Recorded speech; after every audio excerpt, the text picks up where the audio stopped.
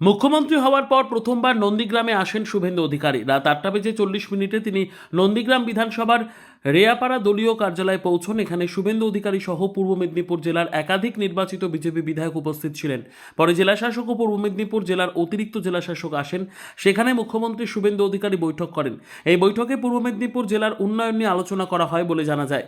মুখ্যমন্ত্রী শুভেন্দু অধিকারী সহ বিধায়ক, জেলাশাসক এবং অতিরিক্ত জেলাশাসক নন্দীগ্রাম সহ পূর্ব মেদিনীপুর জেলার উন্নয়নের রূপরেখা নিয়ে প্রায় 2 ঘন্টা আলোচনা করেন। অবশেষে রাত 10:30 নন্দীগ্রামের রেয়াপাড়া দলীয় কার্যালয় থেকে কাঁথিতে নিজের বাড়ির উদ্দেশ্যে রওনা দেন মুখ্যমন্ত্রী শুভেন্দু অধিকারী।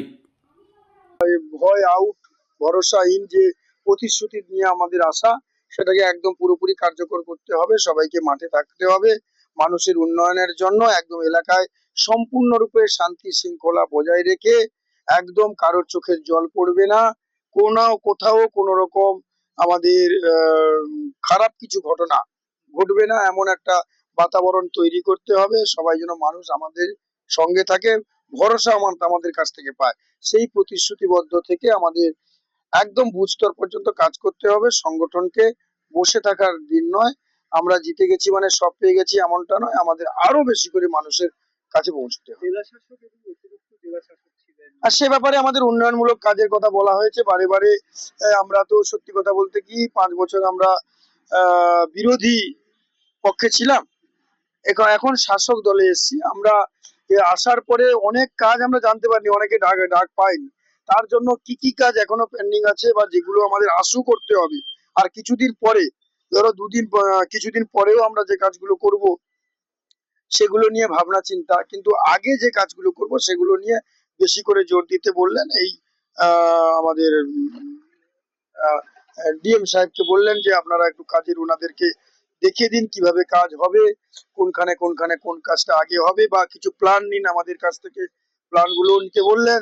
সেই সকল আমাদের 15 ফিনান্সের কাজ আর 16 ফিনান্সের কাজগুলো আমাদের করতে হবে।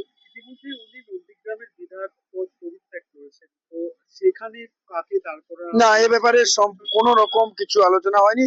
শুধু বলেছে যে আমরা যে মার্জিনে 2026-এর সাধারণ নির্বাচনে জয়লাভ করেছি, সেখানে আমাদের তো আবার উপনির্বাচন, এখানে অনেক বেশি গুণে আমাদের জিততে হবে, অনেক বেশি মার্জিনে জিততে হবে। তার জন্য আমাদের একদম আমরা নন্দীগ্রাম থেকে প্রস্তাব পাঠান করেছি। মুখ্যমন্ত্রী হওয়ার পর প্রথমবার এলেন তিনি নন্দীগ্রামের রেয়াপাড়াতে। ভীষণ খুশি, কিন্তু এই কেন্দ্র থেকে ইস্তফা দিয়েছে সম্বর্ধনা